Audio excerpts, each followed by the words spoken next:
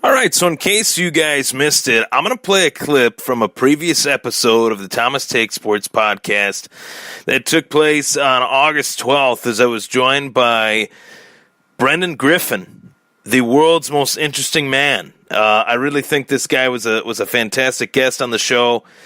He is working his way up the wrestling ranks in terms of professional wrestling, and we had a fascinating discussion. Great interview on the show. You can catch it in its entirety on the Thomas Take Sports Podcast YouTube channel. We talked pro wrestling and much, much more. And one of those topics consisted of the mega fight that was Mayweather-McGregor.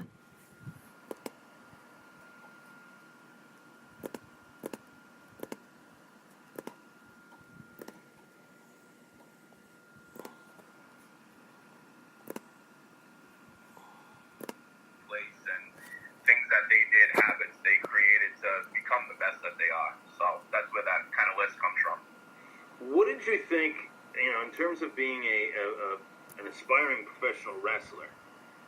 This is one of the questions I was going to try not to ask because it doesn't really deal with professional wrestling, but in a way it does because it was an entertainment spectacle. What were your thoughts on Floyd Mayweather, Conor McGregor before the fight and after? Did they change, or were they the same? Yeah, I think they definitely changed. I think I was never a huge McGregor fan prior to the fight. I'm not a big Mayweather fan either. But that's, I think he's a great talent. Right. I just don't agree with some of the other. Not a great person. Of his life.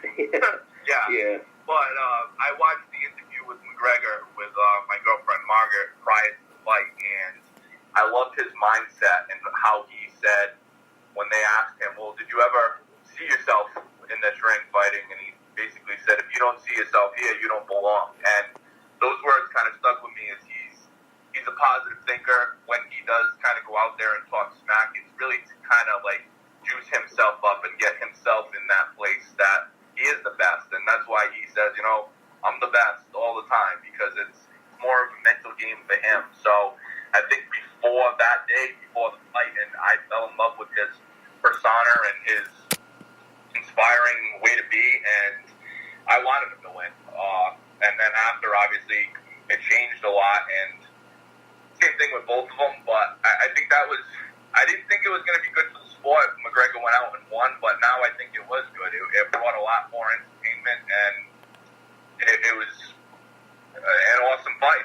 Right. It should have continued to go, but, I think that's an opinion a lot of people have. Right, yeah, and I think the one takeaway that I have with it, because I remember, following all of it, whether it's professional wrestling or boxing or MMA, I remember thinking this fight is a joke. I thought this is just, you're bringing back a 40-year-old boxer that, people could have gone without seeing. He kind of proved his point that he was 49-0. Boxing didn't really need him to come back. They were trying to build their own draws and move on from him, in my opinion, with Canelo and Triple G and Terrence Crawford and, Lomachenko and a couple others. But I just felt like Conor didn't really need that fight. There was other fights from an MMA that helped build the UFC. But then what I slowly started to realize was, as the World Tour went on, was that it was about combat sports and entertainment in general. It had something for everybody. It had something for the professional wrestling fans. It had something for the boxing fans. It had something for the MMA fans. And I don't think we'll ever see a fight like that again.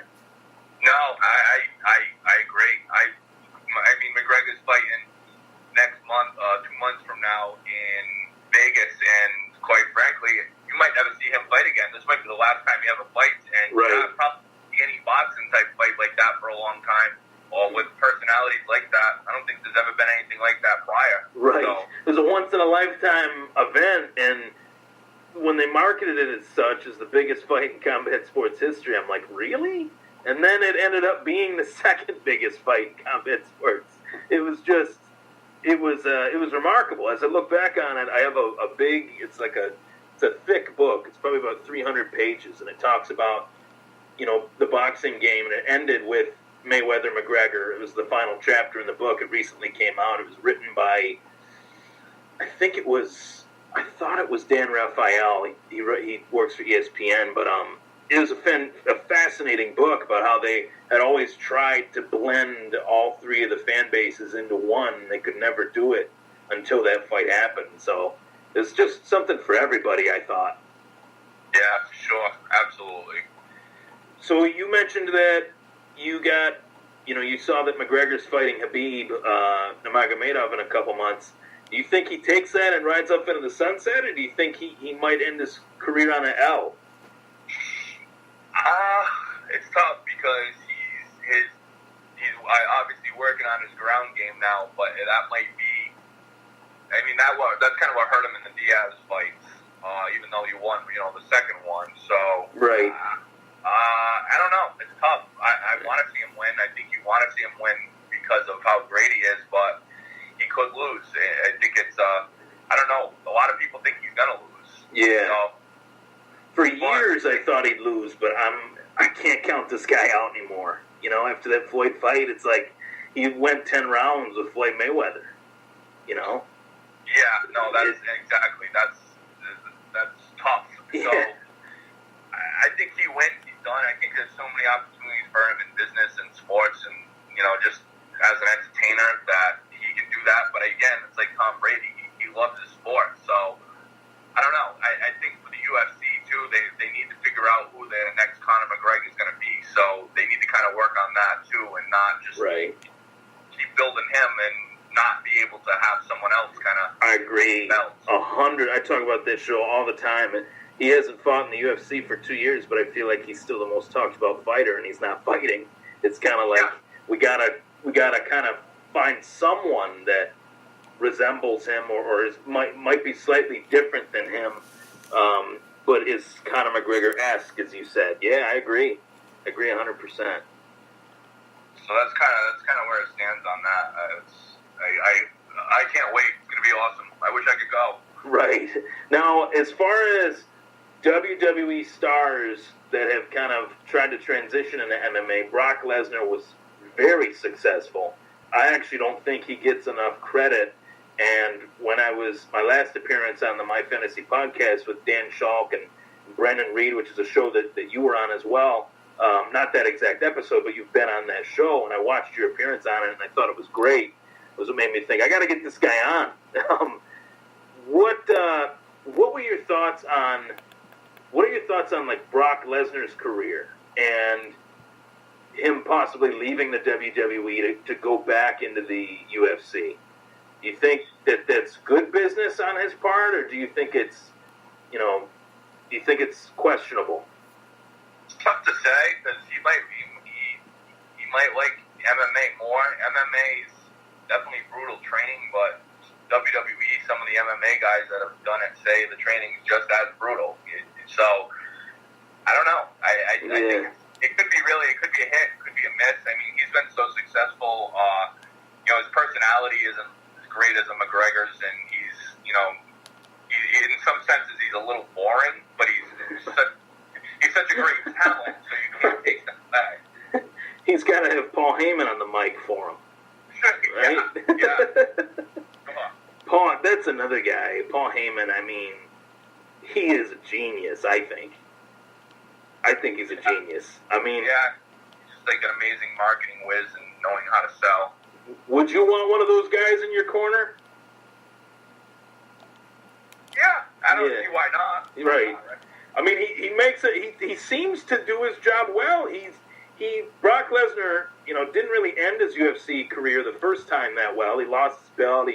He got the loss. And then Paul Heyman's back in the ring with him, making him the most destructive man on earth, and it's believable because he's so massive. No, it is. It's tough. Like, I mean, I wouldn't want to brawl with him. No. At my size, I would be. It would be a battle. Now, what do you weigh? What is your exact size? I know you're a bigger guy. I'm 6'5". I fluctuate between like 230 and 240. Oh wow! So it depends, kind of on my training, and if I was going to be playing football full time, I'd probably try to stay around 245. I'd eat more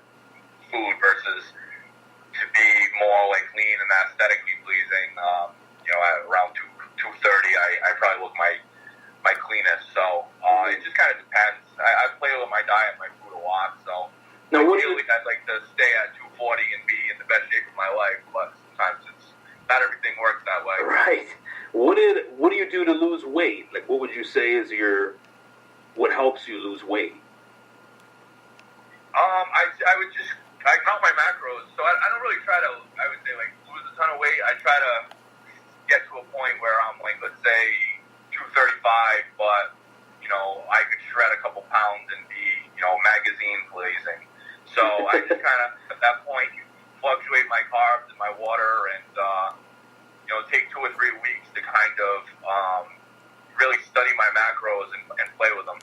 So have carbs before my gym workout and after, but then the rest of the day stay higher in fats and proteins. And then, you know, just to kind of maintain, I just try to eat clean, eat healthy, and kind of maintain the weight. And then if I want to go up in weight, then, you know, I eat a lot more carbs. So it's all math equations, and everyone has a certain equation that's going to work perfect for them. And once you kind of know those numbers, I wouldn't say it's easy, but it's easier to go in one direction than the other. Now, do you mess with, like, protein powders and pre-workout stuff, or do you just kind of stay away from it?